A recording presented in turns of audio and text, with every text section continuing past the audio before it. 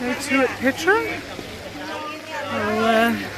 I'll be hanging with the big groups of people by the looks of it. It's 8:30 in the morning, so we'll see how long it takes me to get down to the Treasury.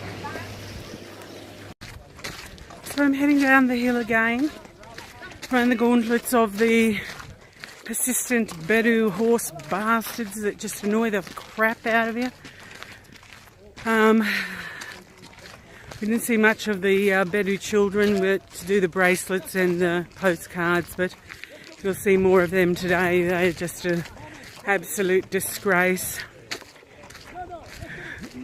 Yeah, just beyond measure. I can't describe how much I dislike the Bedu today, but this isn't going to spoil the whole experience.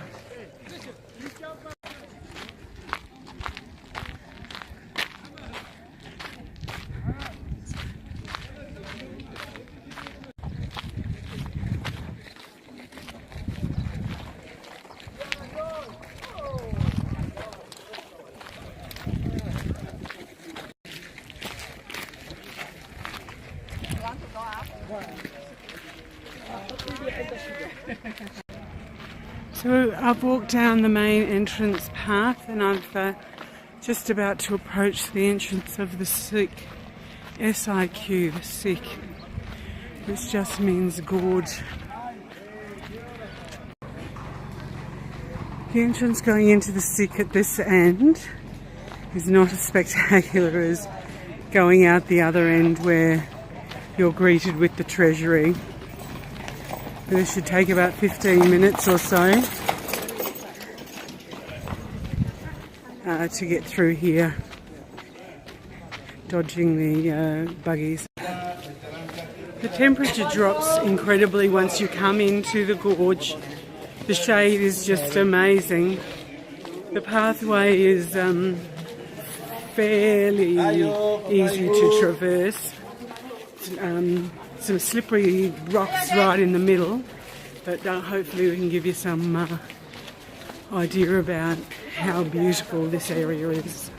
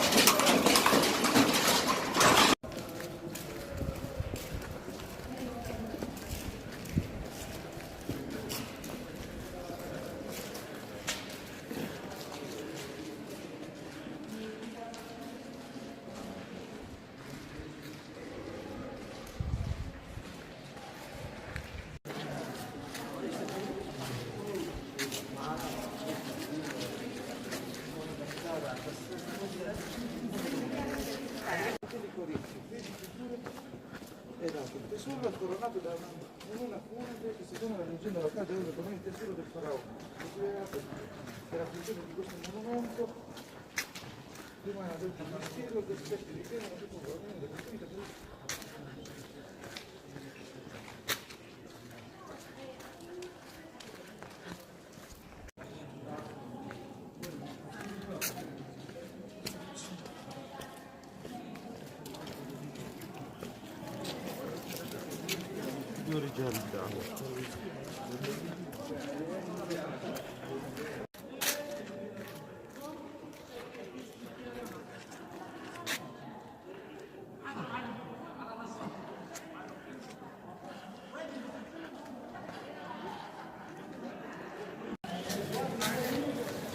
أكلت وجيت وما خليت شيء.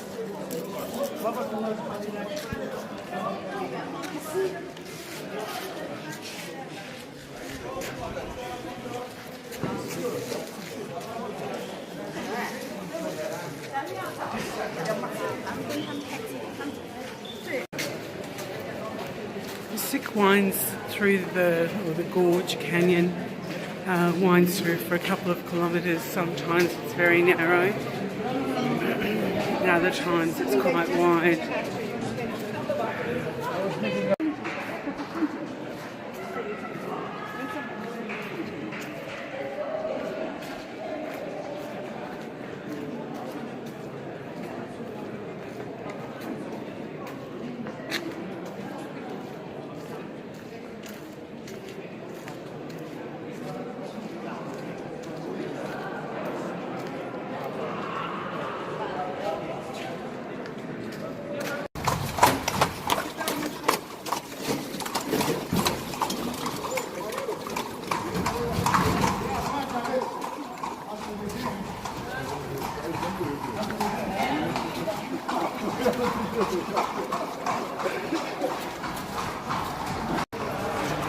Now I understand the principle of taking the carriage down, but the whole reason to come is to visit and to walk and do it yourself.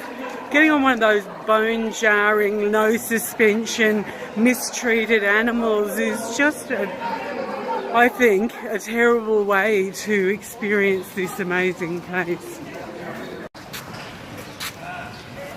Just everywhere you turn, it's just an amazing natural feature. And the colour of the sandstone is just divine. When the floods come, of course, this acts as a natural causeway, and that adds to the weathering of the rock, not only when the rain comes down and the wind, but also the water when it becomes a river during the rain. As I said, walking down this time has been a completely different experience. My level of fitness has just been amazing. I'll try and hedge a little closer to this space down here, which is the actual other end of the sit, where there's probably just too much ambient light there to give it any justice.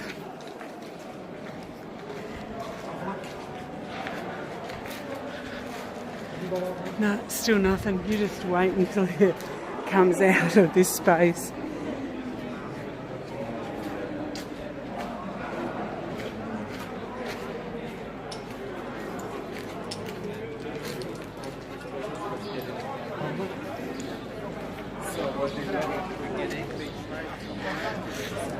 This is what most people come to see, but hopefully with my fitness level this time I'll get to go a little further up to the monastery. Okay, so I'm leaving the Treasury and I'm going to head down towards the Nabatean Theatre. And if energy levels go well, I've got some bread and a piece of cheese and some water. I can get up to the monastery. We shall see. I still have tomorrow if I'm really desperate to do it. But tomorrow night I would like to come down for the candles, less people, and maybe a little bit more theatre and magic. I'm having a little chuckle to myself as I'm walking down this section of the path, because no amount of my training, my walking up and down the coast streets ever sets you up for these loose cobbles or loose rocks and camel poo.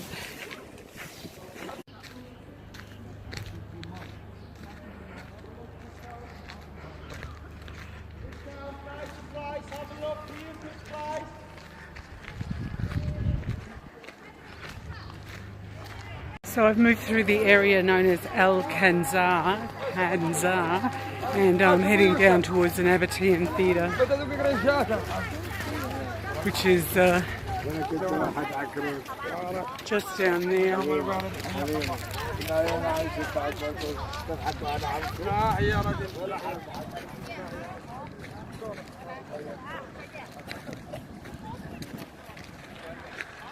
Everywhere you look, there's something different.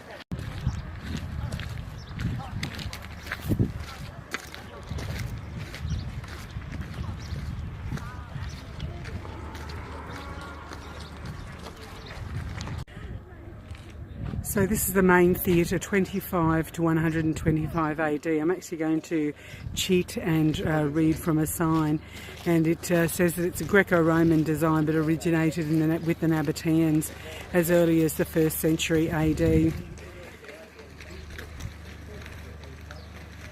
stairways divided into 3 levels, and the horizontal passageways, the stage wall was added by the Romans, which shielded the orchestra and served as a theatrical backdrop.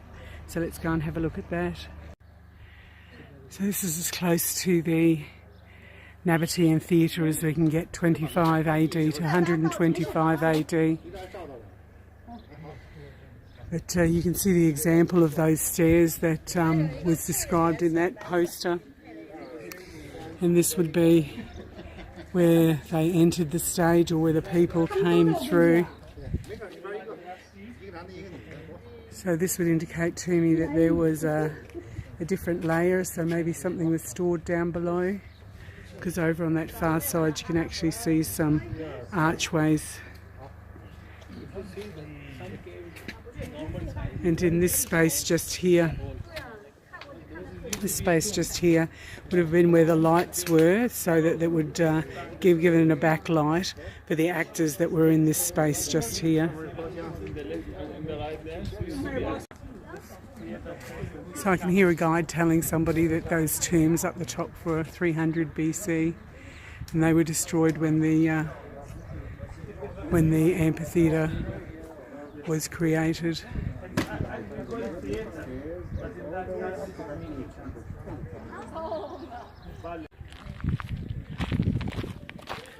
So I'm continuing to walk from the main theatre, the Nabatean Theatre, heading hopefully to what I think it'll be the monastery.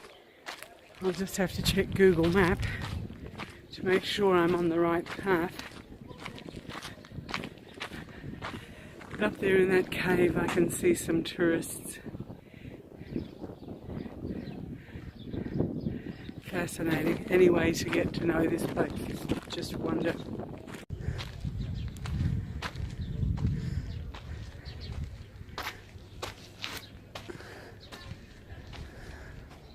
Just walking by, thought I'd drop in. The temperature just dropped markedly just walking into this space.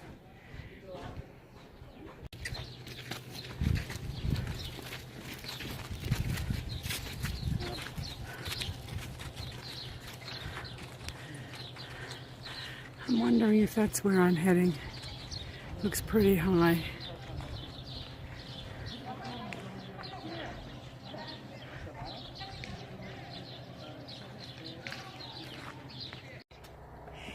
Let's see how good my stair practice was. I'll give you a report back in a few minutes. Actually nearly to the top of the stairs. I haven't paused very often, and I noticed a much younger, fitter person, or younger, smaller person, struggling there as well. Thank you, thank you.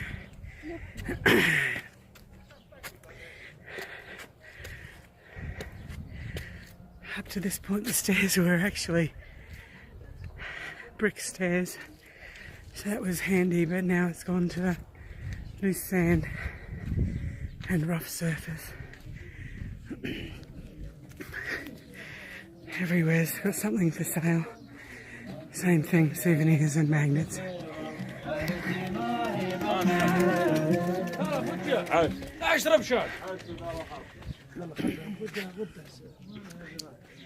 Go through this little souk area, but still got some more stairs by the looks of this. Just taking a breather for 5 minutes, 2 hours, something like that. Just having a look at that woman's shirt as she just walks straight past the camera. Fantastic. So there is the amphitheatre that we came from. There's the pathway that we walked up. So I'm actually in the urn tomb. Once again, just as cool as anything once you come into the stone construction. But the ceiling, it's just amazing. The colours and texture. It's just phenomenal. So I've just come down from the urn tomb. I'd done about 4,000 steps by the time that I got to the treasury, so it'd be interesting to see what my step count is now. Of course, in the souk they, bada, come in. So I ended up going in and I bought three scarves. So a blue, a black and white, the Palestinian, and a coloured one. So we'll just see. And that was, I thought, a pretty good deal. I got 3 for $10. Ali says pay anywhere between 1 and 5. So 3 for $10 was pretty good. So I think that's probably my entire souvenir shop in one day from up there at the urn tomb. So I'm still aiming to get to the monastery today, which is ahead of me behind a mountain. But behind me you can see just more tombs carved into the rock face, and this is where I went just before the urn tomb. So if I turn around here you can see some mountains behind me, and that's where the monastery is on the other side of, so I'm going to aim to get there. So I'd actually done about 4,000 steps by the time I got down to the treasury. Then by the time that I did the urn tomb, I'd actually hit close to the 9,000 steps. So it's going to be interesting because the actual monastery has got 900 stairs in itself. So if I do make it onto the other side of this hill, so I'm kind of walking past these Roman ruins where they've once again set up their little stalls. One thing I think about when looking at these vendors is their commute must be either really, really horrendous, because they're going to have to walk 6 to 8 kilometres just to get to work every day and get back home or get out of this area. Or do they live here? Do they live somewhere within the caves of Petra? I don't know, I'm going to have to ask that question somewhere. I would actually like to say that this is the monastery, but it isn't. I've got to keep going. So I'm probably 6.5 k's in at the minute, so keep on powering. Recently, in one of my comments, I made a comment about when you come here, you've actually got to suspend your belief of what is normal. And this also refers to crossing a little grid. Suspending your belief in communication and communication structure, communication conventions. Because when you're dealing with an Arab, whether it's Jordanians or Arabs in general, it doesn't matter the question that you ask, it's not the answer that you're going to receive. So you actually have to be either really, really blunt or ask 20 questions that you don't want the answer to, and what you'll eventually get is the answer that you want. So just another one of those handy hints of how to deal with people from a different background and culture and education. Not sure if you can see ahead of me, stairs carved into a rock. I suspect that is my nemesis for today. I have passed the point of no return. So look at this sand. I should have done a bit more beach practice. But this is me for the day. So I asked somebody how much further, and they said, oh, about halfway. And then I asked somebody else, and they said, oh, uphill it's probably about 30 minutes. So I don't know if you can see up there in the horizon there, there's some stairs with people going up it. That's going to be me. 12,000 stairs, or 12,000 steps since I left the camp this morning. And if anyone knows me, if I've got a fear of loathing of any form of physical exercise, my other fear and loathing is heights. So the fact that this has no form of balustrade, no form of barrier, and the surface is just so uneven, this will go down as a once in a lifetime one and only. I just realised I didn't actually video anything when I was up at the monastery. I did take a few photos though with the Australian flag. But I've been coming down for 45 minutes now. Coming down's a little bit more interesting. Just making that decision between the slippery rock or the soft sand. Sometimes the decisions in life are just too hard. Back down on the flat near that Roman ruin. I just noticed I didn't see it on the way through. Just the beautiful carvings. It's to be leaves of some kind. Just amazing. So it's about 2, maybe 2:30. I set off probably about 8:30. It was 10 k's getting to the top of the monastery.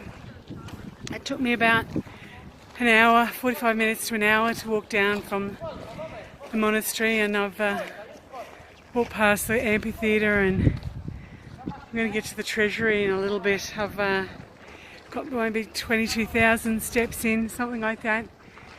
It's only about 14-15k so far.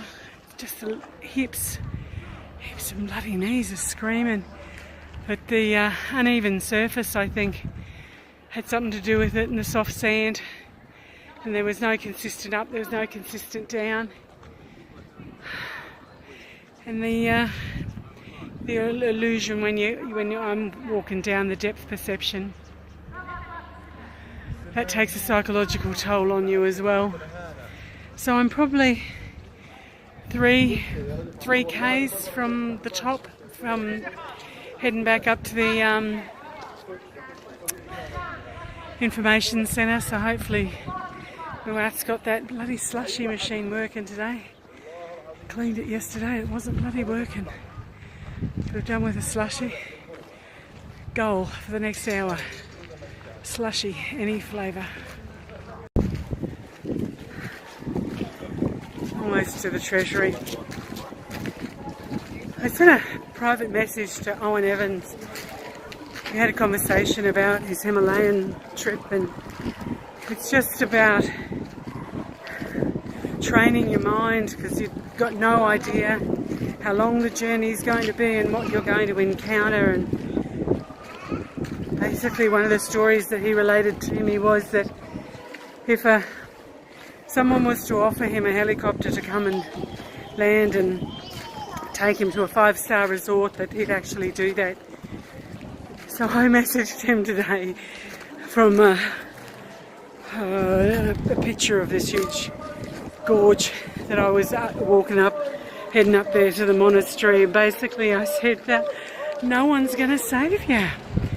You just have to do it yourself. Those slippery rocks, the terrifying feeling, that was the whole thing about pushing yourself from a psychological perspective. I think we potentially get too weak and we quit too easily. I know I quit yesterday. There was a lot of other extenuating circumstances to quit and not go to the top and look over the treasury. But compared to most people, I think I've achieved an industrial amount, just absolutely fantastic amount. So I've only got the sick and up the hill to go, and hopefully that's slushy. Coming through the sick at this is 2:30 in the afternoon. It's going to have different colours because the light is hitting it at different angles. Nothing can convey the majesty of this natural wonder. Just come to the end of the stick. Probably I only have literally 1k to go. It's all uphill. There's no shade whatsoever. I'm just sitting opposite this little gem.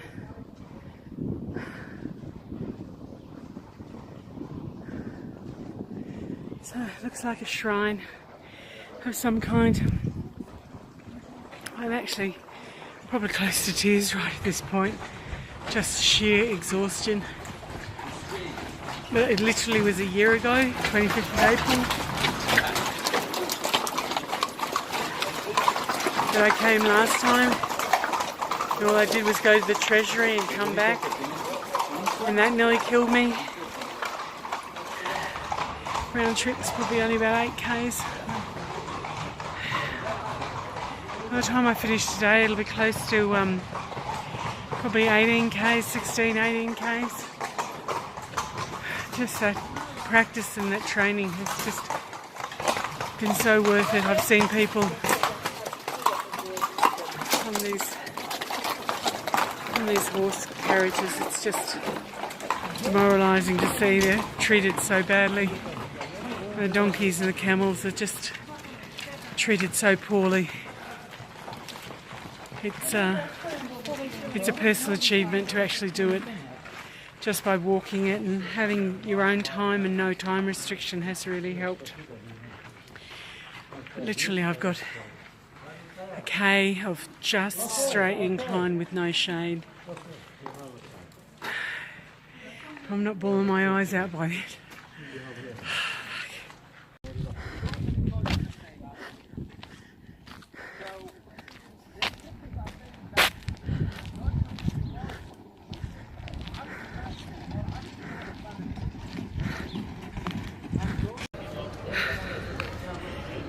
27,000 steps, 19 kilometres.